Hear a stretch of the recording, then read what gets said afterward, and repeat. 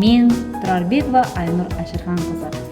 Физика пәні мұғалімі, педагог сарапшы және педагог тренер.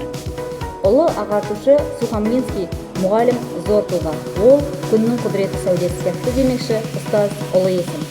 Осы есім мен үшін де құдіретті. Құдіреттілігі соншалық балғын бала кезімнен ұстаз болуды армандадым. Жоғары оқу орнын үздік аяқтап, қазіргі таңда номер 89 IT мектеп лицейінде еңбек етіп келемін.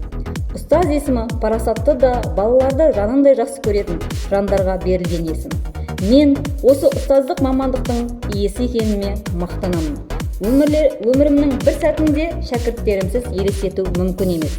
Шәкірттерім менің өмірімнің бір бөлшегі. Мен таңдаған осы жол үлкен жауапкершілікті, төзімділікті, ізденімпаздық пен шығармашылықты талап ететін киелі жол. Бүгінгі ақпараттық технология дамыған заманда заманауи ұстаздың қызметі жауапкершілік де өте мол. Сондықтан да мен өз ісімді жоспарлаған кезде заманауи педагог қандай болу керек деген сұрақты басшылыққа аламын.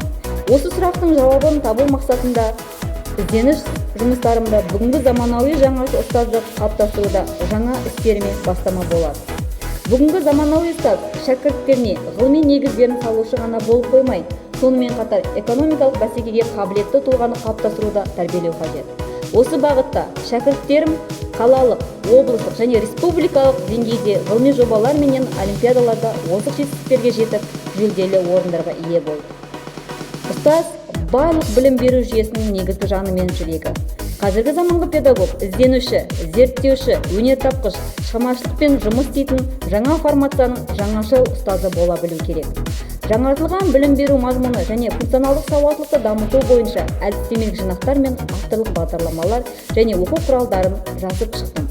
Шымкент қаласының қазіргі таңда Шымкент қаласының педагогикалық шеберлік орталығының педагог тренер лауазымында мұғалімдердің кәсіби құзыреттіліктерін дамыту мақсатында вебинарлар мен тренингтер өтіп келемін. Соңғы сөзімді: ұстаз болу жүректің батырлығы, ұстаз болу сезімнің ақындығы, ұстаз болу мінездің күншуағы, азбай тұғын адамның алтындығы демекші бала жанының бағбаны болғанымда әрқашан мақтан тұтамын.